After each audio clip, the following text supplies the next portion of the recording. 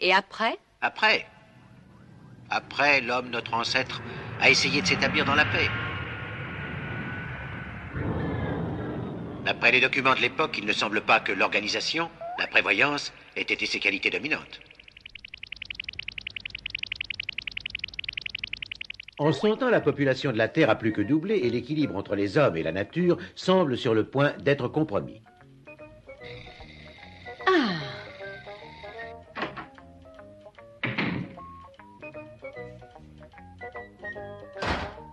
Ah, ça fait plaisir de se retrouver au calme chez soi.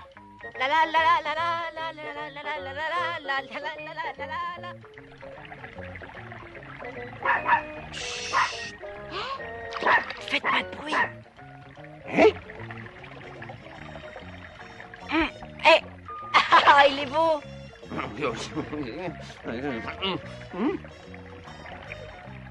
Et là, toi? Hein? Ça, c'est mon poisson, il est à moi. C'est son poisson, bien sûr, je plaisantais. J'ai pêché un gros poisson, il est beau, non? Viens voir le Spoutnik, le premier satellite de l'espace. En ces mêmes années, on créa l'urbanisme, et ses heureuses conséquences ne tardèrent pas à se manifester partout dans le monde. Heureusement que chez soi, on est à l'abri de tout ça, hein? Oh! Quelle époque nous vivons, mes enfants? Où est-ce que tout ça va s'arrêter?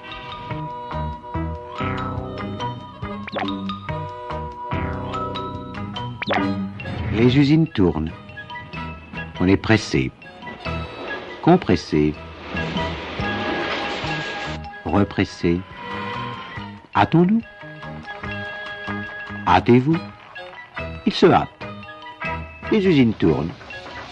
On produit. Vous produisez. Ils produisent. Des articles de consommation à mettre en circulation. Mais il faut, pour cela, trouver, former, enrôler des consommateurs,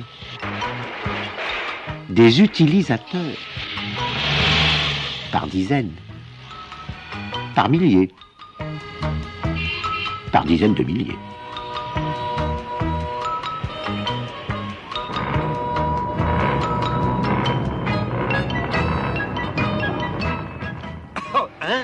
Et tout ça pour que les usines tournent.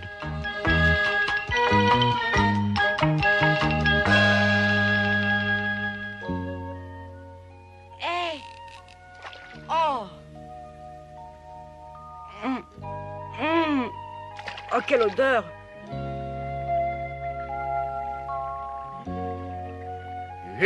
Oh! On va voir s'ils vont rire longtemps.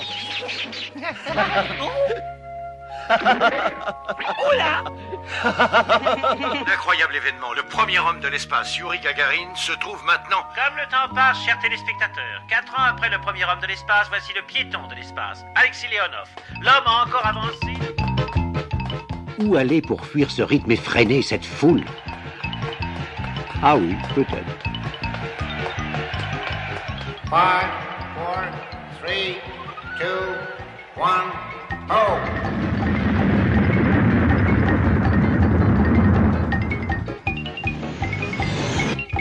Formidable! Et voilà qu'on marche sur la Lune maintenant. Oh, quelle époque nous vivons, mes enfants.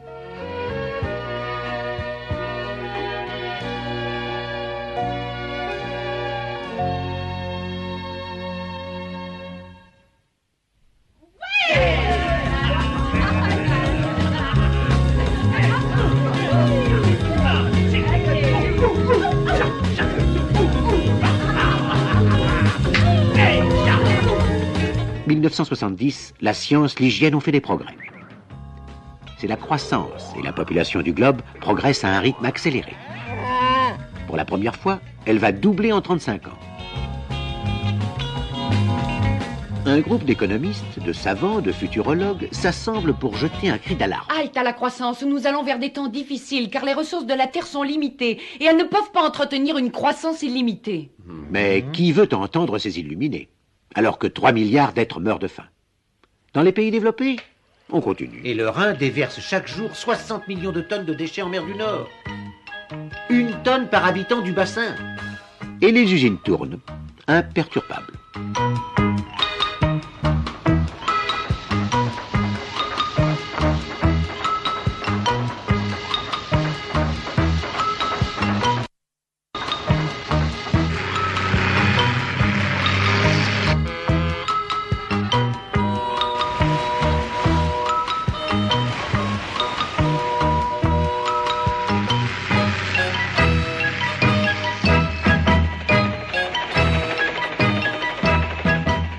Voici enfin les bienfaits de la civilisation. Mais qu'est-ce que c'est? Ça chauffe, ça? Et Oh, bah, en tout cas, c'est joli. c'est pour tenir la nourriture au chaud.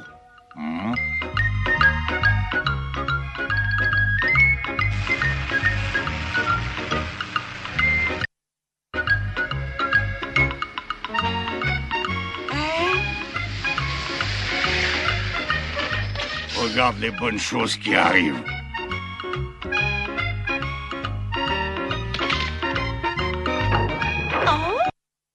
Et voici le modèle pour l'après-midi. Et pour le soir...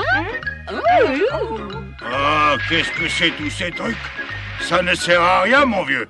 Qu'est-ce qu'on peut faire de toutes ces idioties? Oh. Plus question de se baigner ici. Il serait grand temps de faire quelque chose.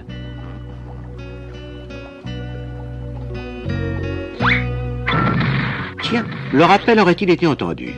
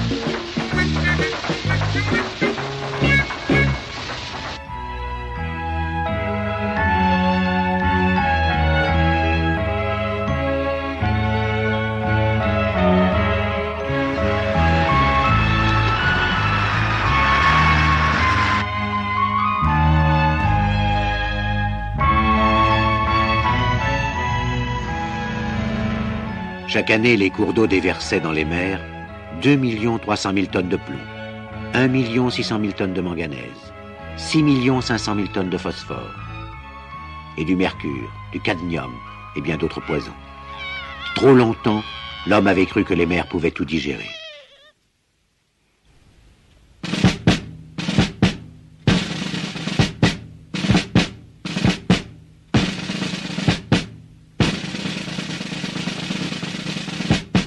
Vous avez vu, chef? Vous avez vu tout ce qu'ils ont et que nous n'avons pas, des fusées nucléaires, des missiles antimissiles. Mais ça ne va pas se passer comme ça. Nous allons faire plus. Et surtout mieux. Non, mais qu'est-ce qu'ils croient?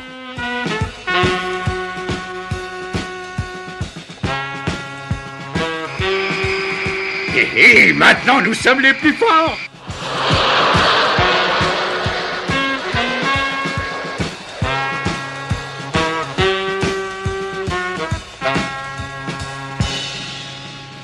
Vous avez vu, messieurs? Tout ce qu'ils ont et que nous n'avons pas. Des fusées, des missiles antimissiles. Ça ne va pas se passer comme ça. Hein? Maintenant, c'est nous les plus forts. Et que l'on jette à la ferraille les armes démodées.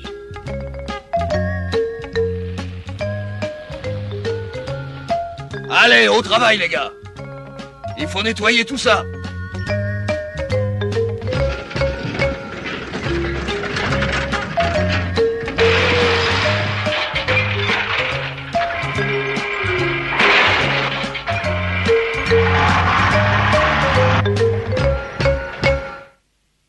Et maintenant, la ferraille.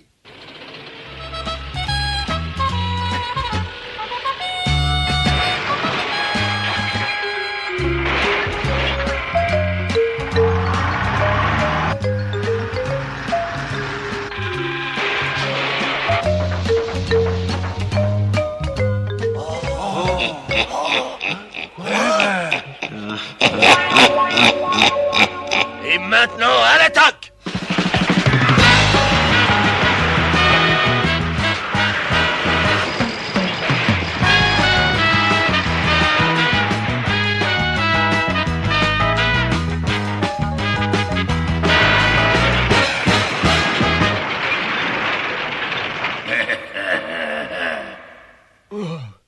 Voilà les renforts!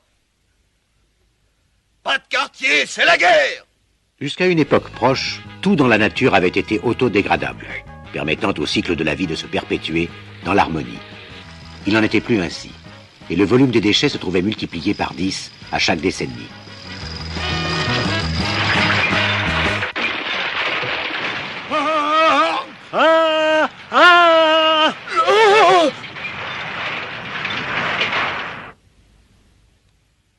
Allez, à l'attaque! Attends! Tiens!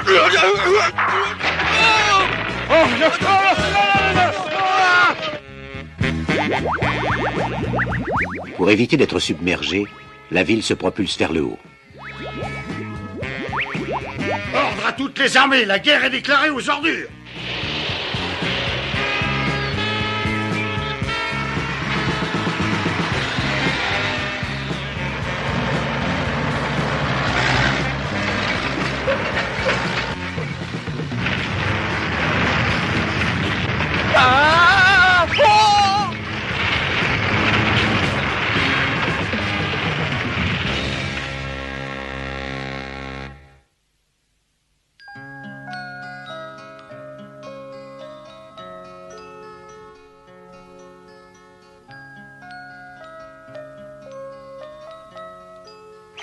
Et pourquoi tout ça? S'il leur faut une excuse, disons qu'il n'y avait alors que 5 siècles que nos ancêtres savaient que la Terre était ronde, et donc ses ressources limitées.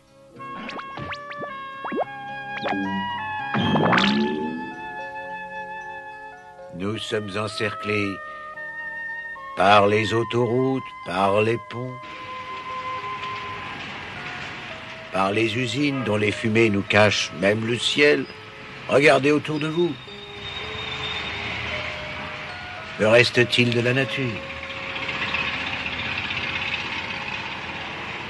2030, une seule ville sans interruption de Marseille à Gênes, de Paris au Havre, une seule ville toute la vallée du Rhin, une seule ville la Hollande, une seule ville tout le sud de l'Angleterre. De Tokyo à Kyoto, une ville de 100 millions d'habitants. Et plus de forêts, plus d'arbres, des troncs coupés, des sols épuisés.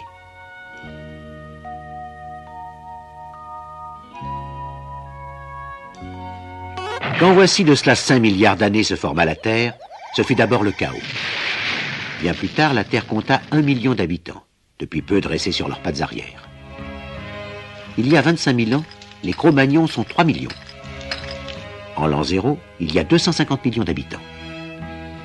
En 1500, 450 millions. De l'an 0 à 1500, en 1500 ans, la population du globe a à peine doublé. Elle va maintenant doubler d'abord en 350 ans, doubler encore en 100 ans, puis en 35 ans, le temps d'une génération. 2010, 7 milliards d'habitants. 2040, 14 milliards. 2070, 28 milliards.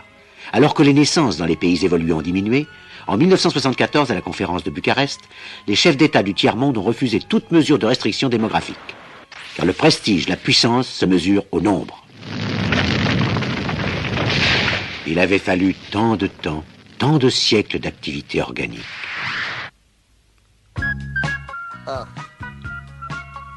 Il avait fallu à la Terre 5 milliards d'années.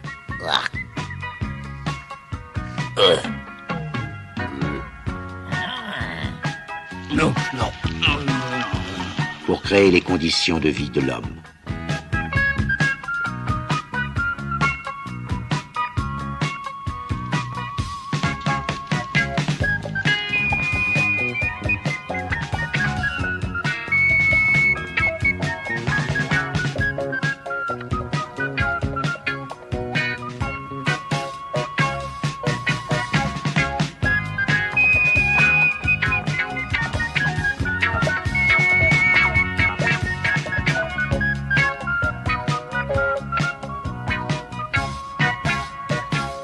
En 100 ans, en 50 millions de fois moins de temps, l'homme allait détruire tout cela. Par manque de prévoyance, par manque de sagesse, en moins d'un petit siècle.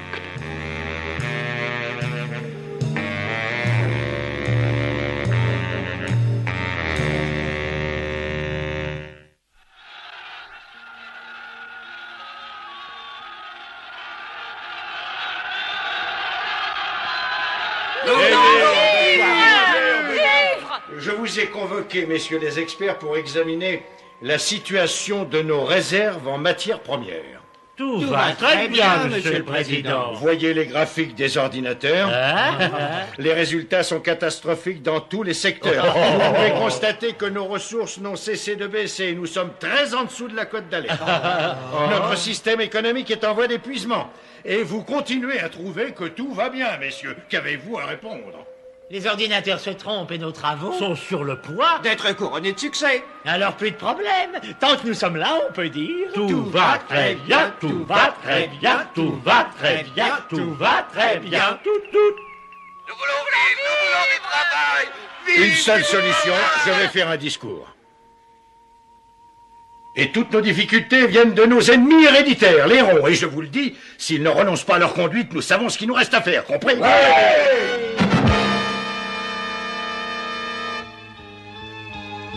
La situation est grave. Vérifions l'état de nos stocks, messieurs les experts. Nos ressources sont en voie d'épuisement, alors rendez-vous. mais non. Tout va très bien, Monsieur le Président. Tout va très bien, tout va très bien. Je vais faire un discours. Et toutes nos difficultés viennent de nos ennemis héréditaires, les carrés. Et s'ils ne renoncent pas, nous saurons ce qu'il nous reste à faire. Vous entendez? Les ronds, les carrés. Si seulement nos deux grands voisins du Nord pouvaient s'exterminer, ça arrangerait bien nos affaires qui ne sont pas brillantes. J'ai une idée, chef. Pour occuper notre peuple, faites-lui repousser nos ordures chez les voisins. Qu'en pensez-vous? Ça, c'est une bonne idée. Population Bicône, je décrète la mobilisation générale. Pour libérer le territoire national, repousser les ordures qui flétrissent notre sol chez nos voisins. En avant! Peuple Bicône, courage, nous vaincrons!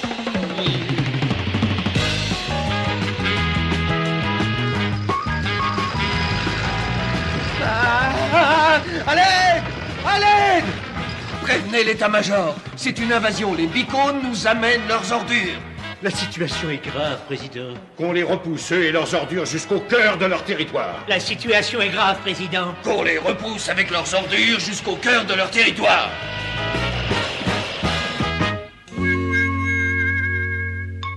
Chef, il me vient une idée. Tu peux la garder, tu entends?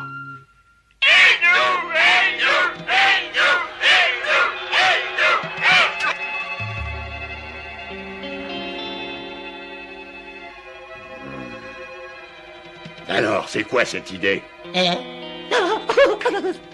Il faudrait... Alors ça, c'est une idée. Une petite bombe ici chez les carrés, et pour qu'il n'y ait pas de jaloux, une petite bombe chez les ronds. Ah, pour une fois, tu es génial. Chacun croira que c'est l'autre qui a déclenché l'attaque. Ils vont s'exterminer mutuellement. Et nous serons les maîtres du monde. Au travail, maintenant. Voilà, chef, c'est prêt. Depuis la nuit des temps, les hommes avaient pour habitude de vider leur querelle. Et pour ce faire, rien ne leur semblait plus indiqué que des arguments frappants. Survivance dans l'inconscient de la jungle et de ses lois, goût de la compétition, remède à l'ennui. Toujours est-il qu'avec les siècles, les techniques évoluent, se perfectionnent. Le travail artisanal se déprécie puis se perd pour laisser place aux techniques de groupe. Et alors que la morale est restée celle du Cro-Magnon, la technologie de pointe a fait des progrès foudroyants. On va voir qui est le plus fort.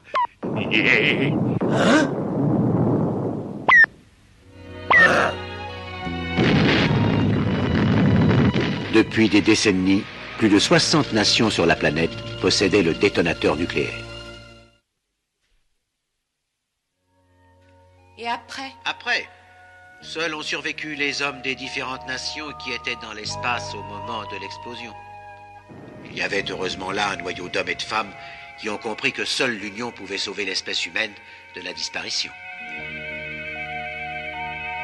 C'était surtout des scientifiques, quelques penseurs, des militaires aussi. Vous n'êtes qu'un provocateur. Oui, je proteste, c'est un abus de pouvoir et j'ai pas l'intention de me laisser faire. Non, c'est vrai ça, Gavet. J'ai le droit pour moi. Du calme, s'il vous plaît. Et le problème fut vite réglé. Ah, si c'était des humanistes qui avaient dirigé le monde. Travaillez sérieusement. Sur le grand satellite Antares, on a donc fondé une nation commune. Blanc, jaune, noir, carré, rond, une seule famille humaine pour tous. On a mis en commun technique et ressources. L'énergie solaire inépuisable est le moteur de nos activités. Le Conseil va examiner aujourd'hui nos capacités de production nutritive et énergétique. Parvenus au point de stabilité actuel, nous avons limité le nombre des naissances au nombre des décès. Et on attend. Mais on attend quoi? On attend que la Terre se refroidisse, se purifie, redevienne habitable pour l'homme. Notre mission d'aujourd'hui a été de mesurer le degré de radioactivité. Mais Pierrette, tu connais toutes ces choses très bien. Mais dis-moi, crois-tu que ça va durer encore longtemps? Ah, regarde. Il subsiste encore bien trop de strontium 90. Il y en a encore pour bien des décennies. C'est bien loin. Et la durée de la vie humaine n'a que peu progressé. En attendant, nous faisons hiberner les meilleurs d'entre nous. Et nous cherchons des planètes habitables. Maestro pense que nous sommes sur la bonne voie. Alors, tout est prêt? Et tâche d'être plus raisonnable que la dernière fois. Hein?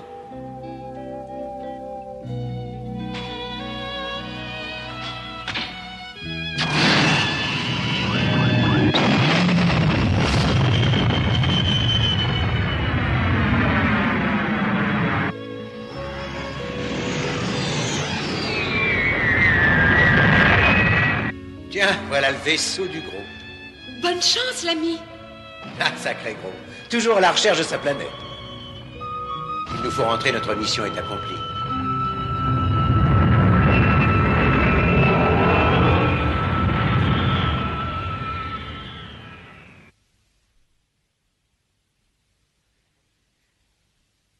Cette vision du futur a pu vous sembler bien pessimiste, mais voilà peut-être la façon dont demain il faudra raconter notre monde si tous ensemble nous n'y prêtons pas attention, si nous ne veillons pas à sauvegarder notre si belle planète, la Terre.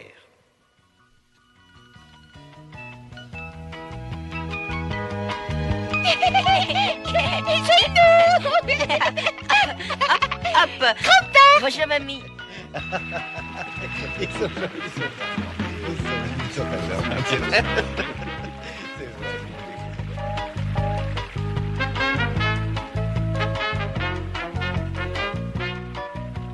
Déjeuner. Allez, dégagez. Hein? Oui, si ça te plaît pas. Pardon? Non, non, je plaisantais. Voilà. Et la boîte? Ben allez, quelqu'un va chercher ta boîte, allez!